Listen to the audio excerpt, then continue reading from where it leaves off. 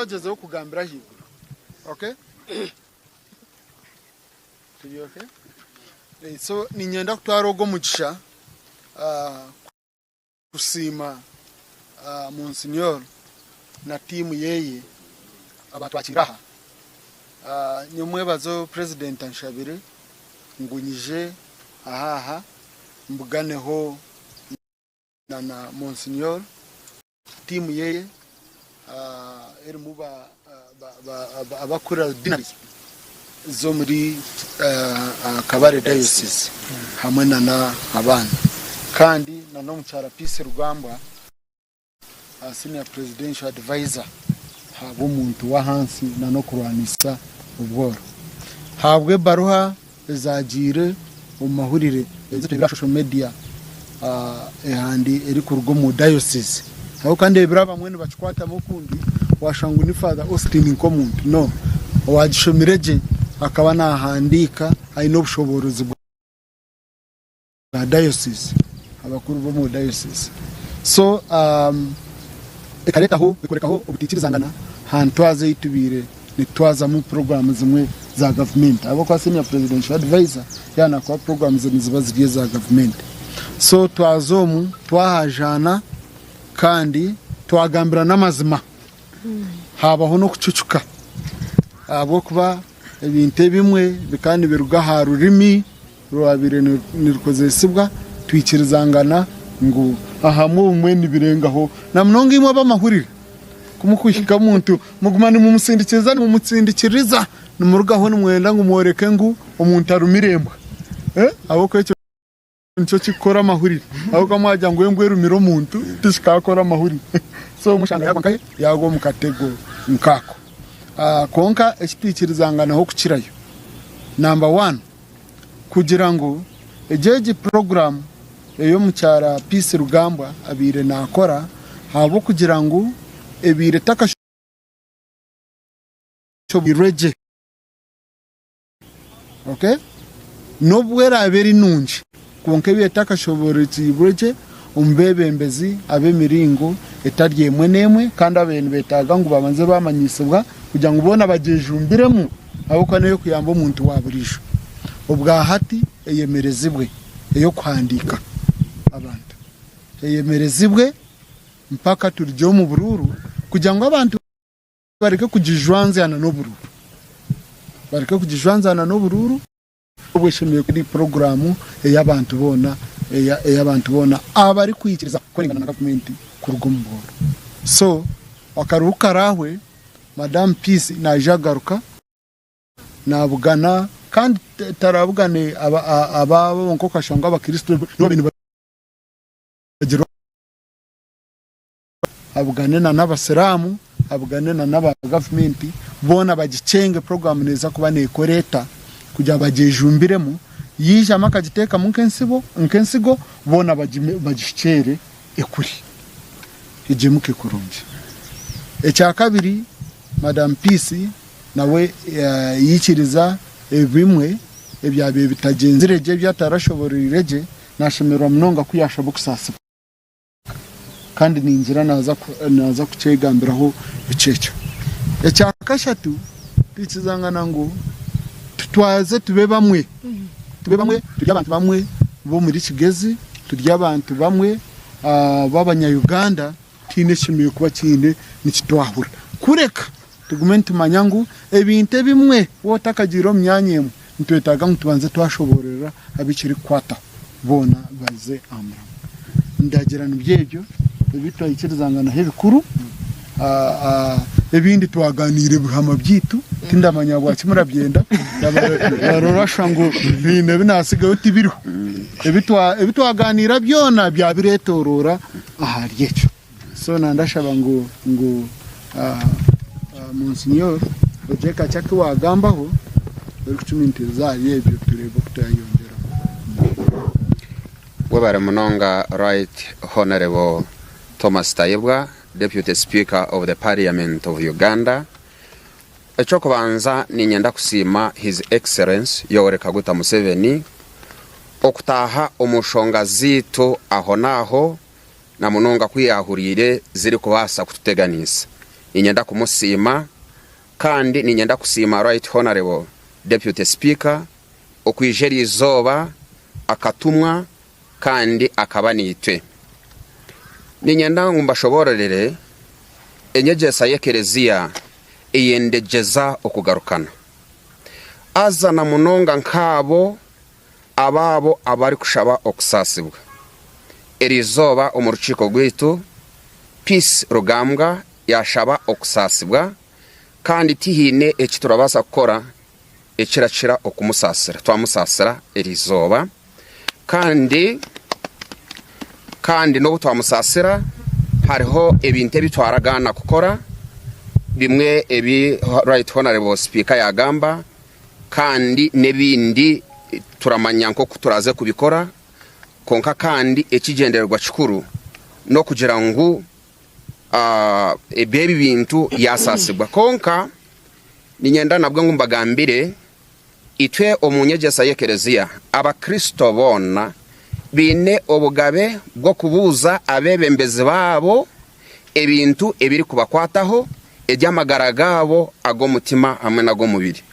So abantu bakatuhicirira kuba tuhicirire batugambira ebiri kufa umujyanga yabo kandi ebiri kwendegezebwa Peace Rugambwa eco umugisha murungi. Peace Rugambwa ninyenda kumusima yayikiriza ebyo yabera ari gukora kandi birabasika okuteganisa konka kandi ninyenda ngunshubenshare abebembezi ba government n'abejyo butegeki okugira ngo programs eziraze kuza umujyanga gitu zibe ziri kumanywa abebembezi b'ekereziya okugira ngo abantu bitu bataguma mu mwirima eco nikituretaho obusinje no bumwe konka kandi kigendererwa kikuru no kugira ngo twena twehereyo okukwatanisa na munonga okugwanira obusinje no bumwe na munongo mu diocese yitu konka no kuciraho omuriki gezi yitu okugira ngo twena tugumize mutukorengane kurunji mwebare munonga kandi ndenda kuraganisa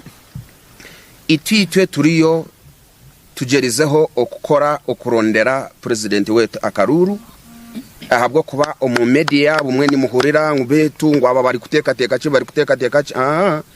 turi na president wetu turiyo ni tumurondero karuru oyine version endijo ajemirire mwebare.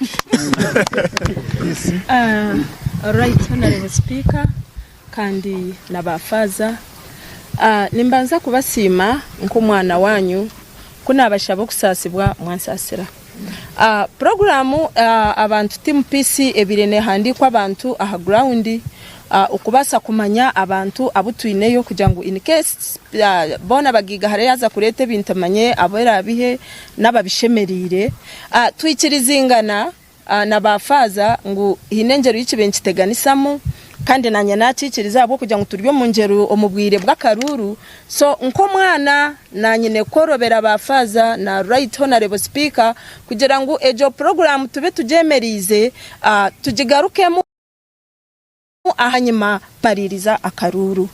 Ninyanda kwebaza faza ahabo kugira umutima go kusasira kandi kindi nkwebaze ahabo kugira umutima na timu yawo go kurondera president Yoweri Kaguta Museveni akaruru because noba noronda omu Uganda obusinge. Ninyenda kuhamiza abantu bona ababire bahandikirwe akwa turyo mu districts 12 currently hatezabaniza handika ba coordinators ni mwija kugumiza maha ground ni muronda akaruru ka president Yoweri Kaguta Museveni na flag bearers konka ekinte kikwatirine no kuhandika amazina kubiya he namba zesimu nimbashabangu tube tuzemerizeho turinde tubanze twaruga omukaruru nikiba kirunje na nani nkora ejo programu nkwatanise na bafaza bakamangu hati twatoro ku abantu babo na ba bishop na ba sheki twatanire hamwe nabasima nabebaza kandi ninyija kushabana president ruri kugira ngo atute mamani nkore nimwe na cyabasika kugira ngo tuze hamwe ha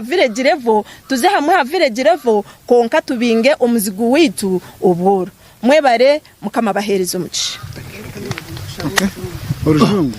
Okay. Nkashoma.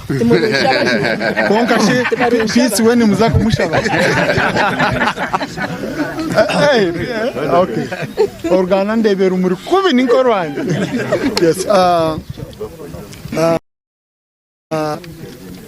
Yesterday morning, I received a call from His Excellency the President instructing me to come here and meet the team of the Catholic leadership in Kabare Diocese because he had spoken himself to Monsignor Vian, and also he had spoken to Madam Peace Rugambwa. So he wanted us to come out and sort out these issues which we had seen on social media, where the Catholic Church was complaining on the conduct and operations of Madam Peace Rugambwa. It was very, very important because President Museveni works very, very well with the Catholic Church, and the NRM has worked very, very closely with the Catholic Church all over, but especially for this case in Kigezi.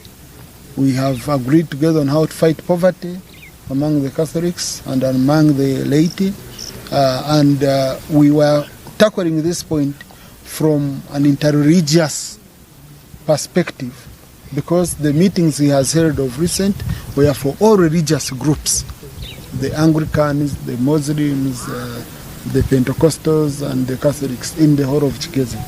And we have even had tours on poverty alleviation in Toro and Bunyoro. So it was disturbing to see that all those efforts now were being subdued by other efforts that are aimed at supporting poverty alleviation in Kigezi. And so I came here today, we held a closed-door meeting where we agreed that since there is a misconception and a misunderstanding and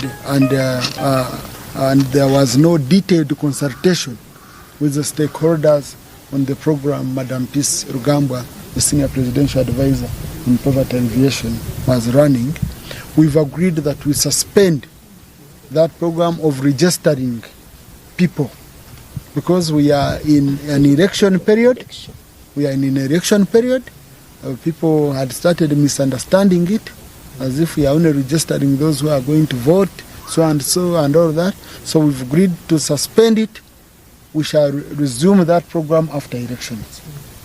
And we have also agreed that before resuming that program, meetings should be held with critical stakeholders to bring them on board so that they can understand it and also be able to answer questions from their people or be able to encourage their people to go and participate in the program.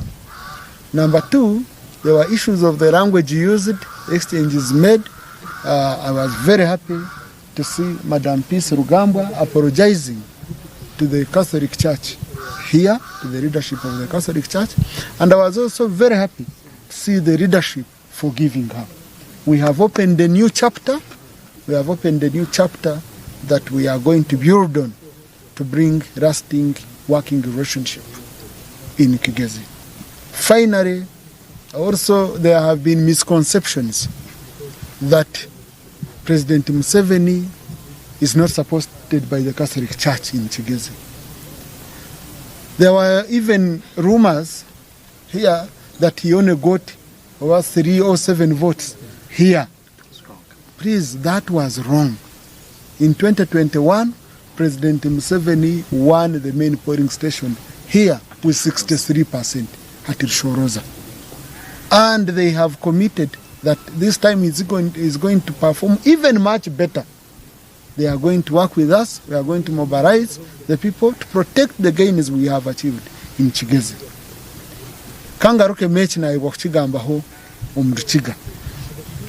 Hariho ekireetororomu ohura omuntu ngu ekereziya terahagira President Museveni ndaja wabudyo nno kigamba Father Vianney ya kigamba konka harimu ekibaye kiri omu barabiha ngu President Museveni hanu yakihaho obururu bushatu abandi bakugamba mushanju abandi baragamba bubiri omu karuka 2021 nyenda kukibagambira gye records tuzine President Museveni polling station enkure ya Rushoroza akihaho % ya 63 akarura kakasingira kimwe so abaragamba ibyo kandi biragambwa n'abantu bakuru biragamba n'abantu bakuru kiramanyisa ngo abantu turakunda kugendera ngambo umwanya go kucondoza tukamanya kishikire haze ibyo bihendera byayenda kushisha wayemera ukashango dio mwebembezi ukajeta bakatiri kitibaraja president Museveni iwo noraja ngo riyora abachwero mushango nga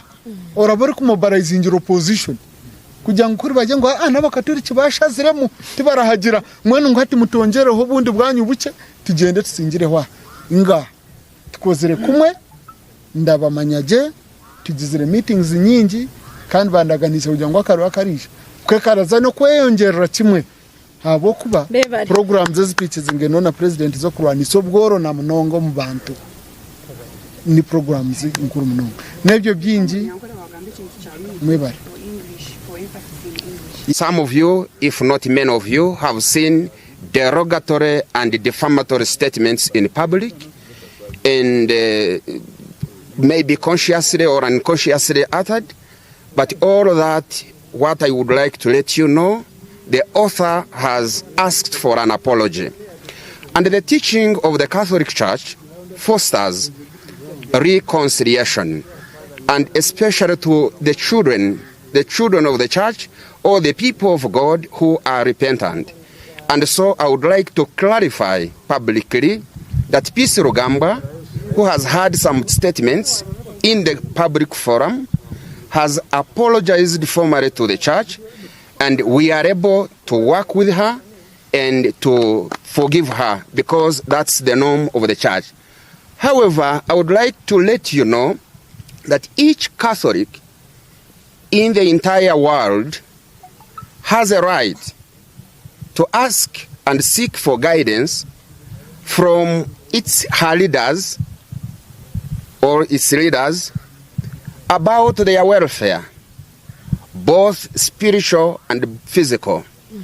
And so when our people, fulfilling that mandate and right, reached out to us, we had no other option apart from making some clarifications and counteracting false information in public, including the information that the Catholic Church doesn't support the government, which is false and unfortunate. And so we had a closed door meeting, identified all those issues, and publicly I would like to affirm we have taken a step to resolve the matters.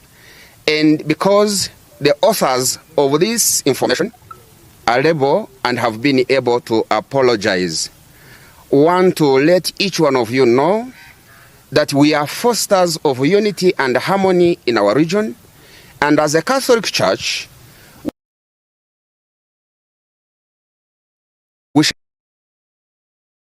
our wish is to see that the welfare of our people is facilitated and that our people grow both spiritually and physically in terms of development.